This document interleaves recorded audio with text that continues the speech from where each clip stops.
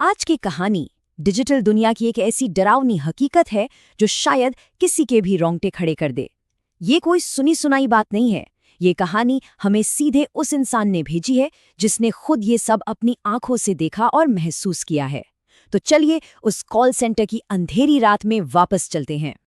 ये वो लाइन है जो इस पूरी कहानी की जान है। एक बहुत ही मामूली सा ग्रीटिंग जो बहुत जल्द ही खौफ का दूसरा नाम बन गया। ये आवाज और ये लाइन इस कहानी में बार बार पीछा करने के लिए वापस आएगी। तो कहानी की शुरुआत होती है एक आम से कॉल सेंटर से, एक ऐसी जगह जहां रोजाना की बोरियत और टारगेट का प्रेशर होता है।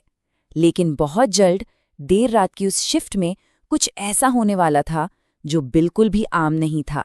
जरा कल्पना कीजिए, रात का वक्त है, फ्लोरेसेंट लाइट्स की तेज सफेद रोशनी में नहाया हुआ एक बड़ा सा हॉल।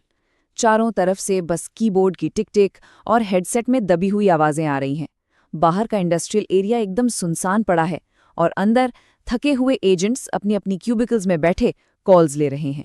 और वहीं उसी माहौल में थी रोज। वो बगल वाली क्यूबिकल में बैठती थी, शांत, खूबसूरत और अपने काम में एकदम परफेक्ट, एक स्टार परफॉर्मर। वो कभी लेट नहीं होती थी, किसी से ज्यादा बात नहीं करती थी, बस कभी कभार एक हल्की सी मुस्कान दे देती। वो एक पहेली की तरह थी। सब कुछ बिल्कुल नॉर्मल था, रोज की तरह काम चल रहा था। लेकिन फिर एक रात आई जिसने उस ऑफिस की हकीकत को हमेशा के लिए बदल कर रख दिया। रात के लगभग 12:30 बज रहे थे। रोज के पास एक कॉल आई। अब देखिए, कॉल सेंटर में कॉल्स कितनी देर चलती हैं? 10 मिनट, 15 मिनट। पर रोज की एक कॉल घंटों तक चलती रही। वो धीरे धीरे फुसफुसाकर बात कर रही थी। जाहिर है, सबको ये देखकर बहुत अजीब लगा। तो टीम लीडर को थोड़ी चिंता हुई। उन्होंने सिस्टम पर रोज की कॉल को सुना और उनके होश उड़ गए, क्योंकि लाइन पर कोई था ही नहीं, सिर्फ सन्नाटा था, खामोशी। और जैसे ही टीम लीडर ने कॉल टैप किया, रोज ने फोन काटा और पूरी टीम की तरफ खून कर देने वाली नजरों से घूरा। बिना एक शब्द कहे रोज ने अपना बैग उठाया और ऑफिस से बाहर चली गई। अगले दिन वो नहीं आई। फिर तीसरा दिन हुआ, उसका फोन भी बंद आ रहा था। आखिरकार एचआर ने उसकी फाइल में दिए पते पर संपर्क किया और वहां से जो जवाब मिला उसने सबके पैरों तले जमीन खिसका दी। उसके परिवार ने बताया कि रोज की मौत 8 साल पहले हो चुकी थी। जी हां, 8 साल। ये एक सवाल उस पूरी बिल्डिंग में एक खौफ बनकर गूंजने लगा। अगर रोज 8 साल पहले मर चुकी थी, तो फिर वो कौन थी? वो कौन थी जो हर रोज उनके साथ काम कर रही थी, उनके बगल में बैठ रही थी? उस एक खुलासे के बाद ऑफिस नहीं रहा। वो एक डरावनी जगह बन गया जहां अजीब और अनहोनी घटनाएं अब रोज की बात हो गई थीं। अब वहां अजीब चीजों का एक सिलसिला शुरू हो गया। वो छोटी छोटी बातें जो रोंगटे खड़े कर देती हैं, जैसे खाली गलियारों से किसी के चलने की धीमी आवाजें आना, या फिर आधी रात को पेंट्री की लाइट का अपने आप जल जाना जबकि अंदर कोई भी नहीं होता था। और सबसे डरावनी बात, रोज का पुराना कंप्यूटर कभी कभी अपने आप लॉगिन हो जाता था। लेकिन सबसे खौफनाक वाकया हुआ एक फीमेल एजेंट के साथ। उसने कांपती हुई आवाज में सबको बताया कि देर रात जब वो वॉशरूम में थी तो उसने शीशे में अपने पीछे रोज को खड़ा देखा। चेहरा बिल्कुल वही था, पर उसकी आंखें खून की तरह लाल थीं। जैसे ही उसने पलट कर देखा, वहां कोई नहीं था। अब तक ये बातें पूरे ऑफिस में दहशत फैला चुकी थीं।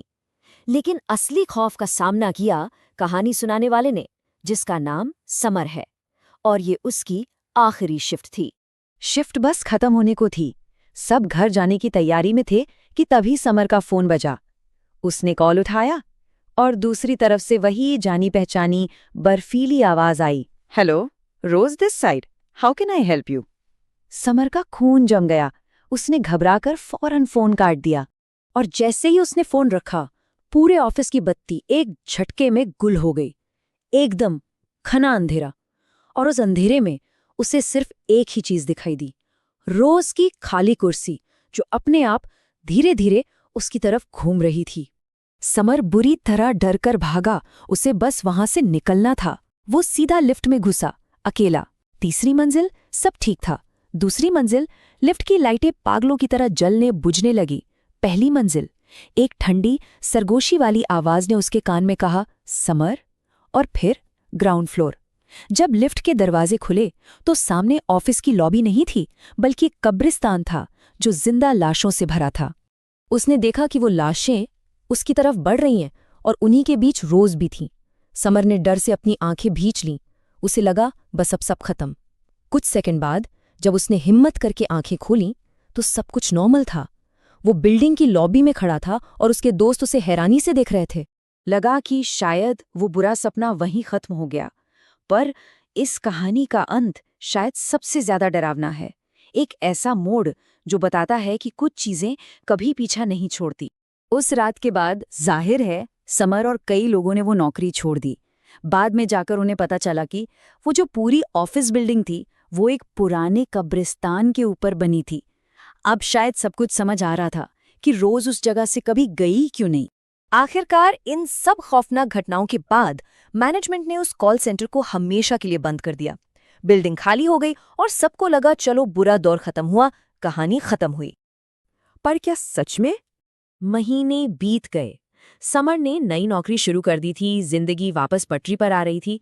फिर एक रात, देर रात, उसके फोन पर एक अननोन नंबर से कॉल आया।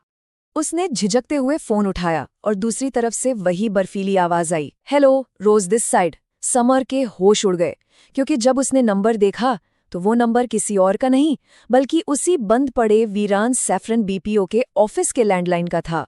कहानी सुनाने वाले ने बताया कि उस रात के बाद से हर रात ठीक उसी समय समर का फोन आज भी बजता है।